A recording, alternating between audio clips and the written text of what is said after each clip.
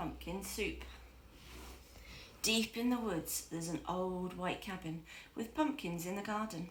There's a good smell of soup, and at night, with luck, you might see a bagpiping cat through the window, and a squirrel with a banjo, and a small singing duck.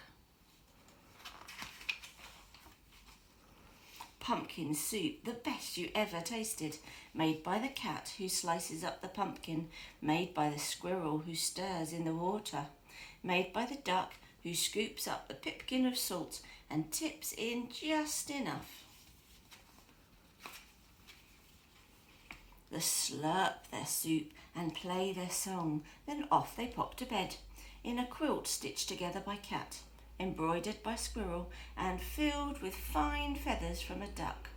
And it's peaceful in the old white cabin. Everyone has his own job to do. Everyone is happy, or so it seems.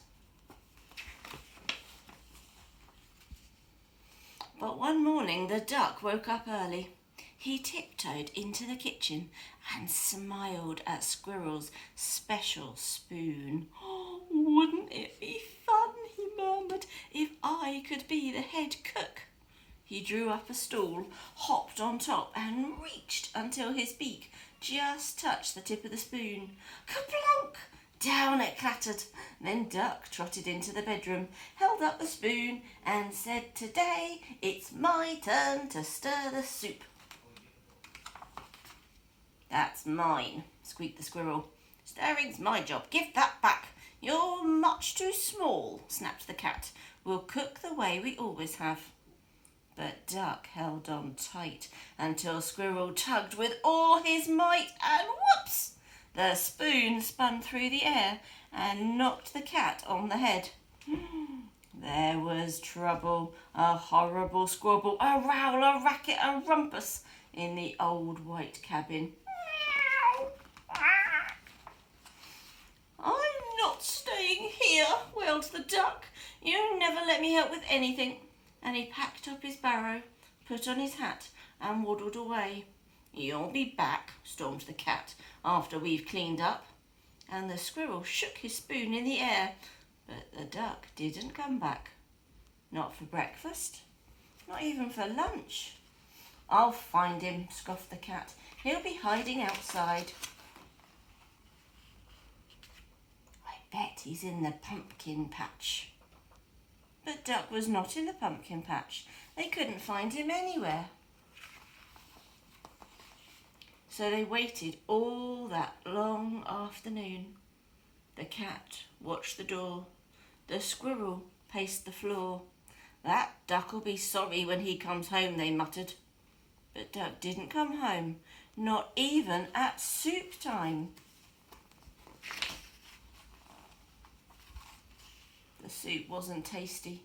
They made it too salty, and they didn't feel hungry anyway. They both sobbed over supper, and their tears dripped into the soup and made it even saltier. "We should have let him stir the soup," sniffed the squirrel. "He was only trying to help," wept the cat. "Let's go out and look for him." The cat and the squirrel were scared as they wandered down the path in the dark, dark woods. They feared for Duck all alone in the trees, and the foxes, and the wolves, and the witches, and the bears. But they couldn't find him. On and on they trotted.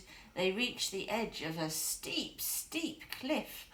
"Maybe he fell down that," wailed the cat. "I'll save him," squeaked the squirrel, and he scrambled down on a long, shaky rope.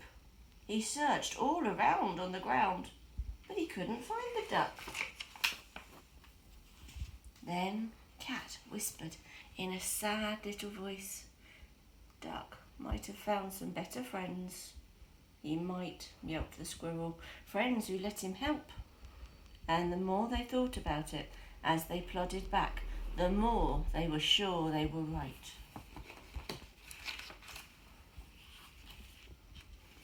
But when they were almost home, they saw a light shining from the old white cabin.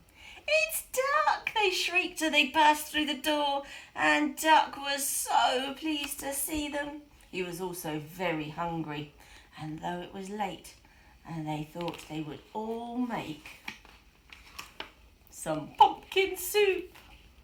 And when Duck stirred, the cat and the squirrel didn't say a word. Not even when Duck stirred the soup so fast it slopped right out of the pot. Not even when the pot got burnt. And then the duck showed the squirrel how to measure out the salt.